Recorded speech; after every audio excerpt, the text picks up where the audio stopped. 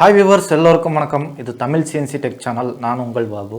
இன்றைக்கான வீடியோவில் நம்ம என்ன பார்க்க போகிறோன்னா, நீங்கள் ஒரு நிறுவனத்துக்கு CNC ஆப்ரேட்டராகவோ டர்னிங் ஆப்ரேட்டராகவோ நீங்கள் வேலைக்கு போகணும் அப்படின்னா உங்களுக்கு என்ன மாதிரி நாலேஜ் இருக்கணும், நீங்கள் என்னென்ன விஷயத்தில் தரவாக இருக்கணும் அப்படிங்கிறத பற்றி தான் சொல்ல போகிறோம். ஸோ வாங்க வீடியோக்குள்ளே போயிடலாம். நீங்கள் ஒரு கம்பெனிக்கு வேலைக்கு போகிறீங்கன்னா ஸ்டார்டிங்கில் உங்களை ஹெல்ப்பராகவோ ஒரு மில்லிங் ஆப்ரேட்டராகவோ தான் போடுவாங்க. ஸோ அது மூலிமா தான் நீங்கள் கொஞ்சம் கொஞ்சமாக வேலையை கற்றுக்கிட்டு ஒரு 6 மாதம் அல்லது 1 வருஷ காலம் அப்படியே தான் வேலை செய்ய வேண்டியதாக இருக்கும். அதுக்கப்புறம் தான் உங்களை டர்னிங் சைடு விடுவாங்க. அந்த டர்னிங்கில் நம்ம எப்படி நாலேஜ் வளர்த்துக்கணும் அப்படிங்கிறது தான் சொல்ல போகிறேன். ஸோ பாருங்கள்.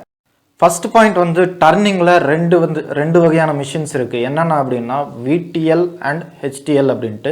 VTL அப்படிங்கிறது vertical turning lathe and HTL அப்படின்னா horizontal turning lathe.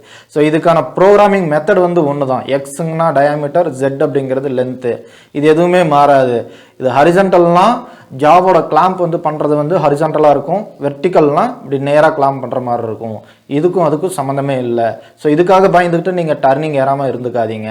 So offset பண்ணுற மெத்தட் எல்லாமே ஒன்று தான். ப்ரோக்ராம் எல்லாமே ஒன்று தான். நீங்கள் ஒரு டர்னிங் ஆப்ரேட்டர் ஆகணும் அப்படின்னா ஃபஸ்ட்டு உங்களுக்கு கண்ட்ரோல் பேனல் போர்டு, அந்த போர்டு Fanuc போர்டில் என்னென்ன ஆப்ரேஷன் கீஸ் இருக்குது, அது எப்படியெல்லாம் நம்ம யூஸ் பண்ணணும் அப்படிங்கிற நாலேஜை ஃபஸ்ட்டு கற்றுக்கோங்க.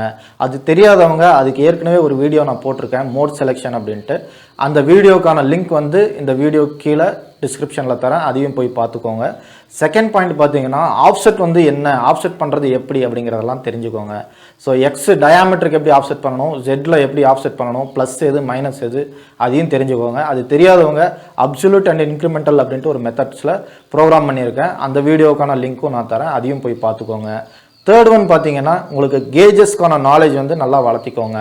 ஒரு மைக்ரோமீட்டர் எப்படி நம்ம மெஷர் பண்ணணும், வெர்னியர் கேலிப்பர் எப்படி மெஷர் பண்ணணும், அப்புறம் ப்ளக் கேஜ்னா என்ன, ஏர் கேஜ்னா என்ன, ஸ்னாப் கேஜ்னா என்ன, இதெல்லாமே தெரிஞ்சுக்கோங்க. அது தெரிஞ்சால் மட்டும்தான், அந்த டைமென்ஷனெல்லாம் அளக்கிறதுக்கு தெரிஞ்சால் மட்டும்தான் உங்களால் அங்கே ஒர்க் பண்ண முடியும்.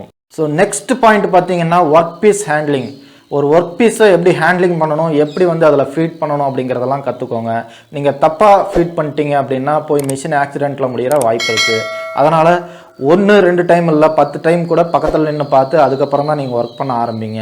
உங்களுக்கு தெரியலனா அந்த இன்சார்ஜுக்கிட்டையோ அல்லது சூப்பர்வைசர்கிட்டையோ டவுட் கேட்டு அதுக்கப்புறம் கிளியர் பண்ணிக்கோங்க. ஏன்னா நீங்கள் ஒன்ஸ் தப்பாக மாட்டிட்டீங்க, பீஸ் தப்பாக மாட்டி சைக்கிள் ஸ்டார்ட் கொடுத்துட்டீங்க அப்படின்னா மிஷின் போய் ஆக்சிடெண்ட்டில் முடிகிற வாய்ப்பு இருக்குது. நெக்ஸ்ட் பார்த்தீங்கன்னா இந்த ரா மெட்டீரியல் கரெக்டாக இருக்கா, ஒரு 4 ஹவர்ஸ்க்காவது நம்மளுக்கு ஃபீடிங் இருக்கா அப்படின்ட்டு அடிக்கடி பார்த்துக்கோங்க.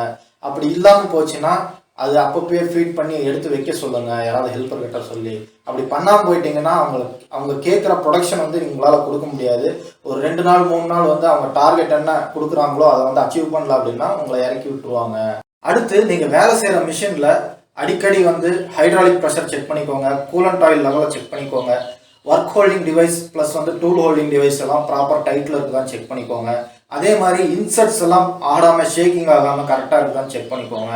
ஏன்னா இதில் ஏதாவது ஒரு சின்ன ஷேக்கிங் இருந்தாலும் போய் அந்த இன்சர்ட்டில் நம்ம டெப்த் ஆஃப் கட் எடுக்காமல் அந்த பாரில் மோதி ஆக்சிடென்ட் ஆக வாய்ப்பு இருக்குது. நெக்ஸ்ட் பார்த்தீங்கன்னா நீங்கள் ஒரு ஆப்ரேட்டராக டர்னிங் ஆப்ரேட்டராக ஒர்க் பண்ணிட்டு இருப்பீங்க.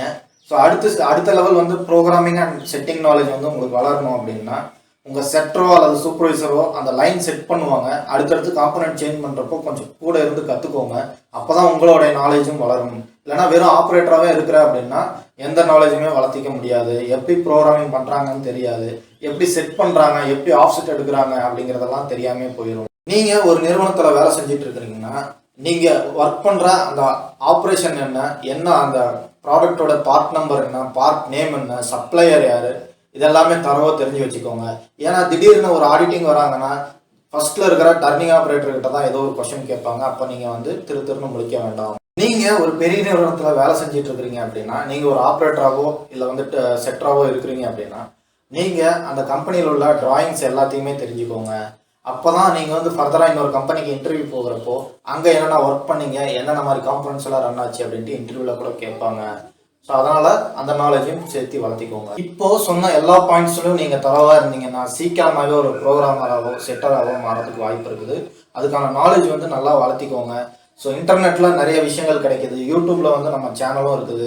ஸோ இதற்கான வீடியோக்கள் எல்லாமே 1 by 1 நான் அப்லோட் பண்ணிகிட்டு இருக்கேன். அதை கண்டிப்பாக பாருங்கள்.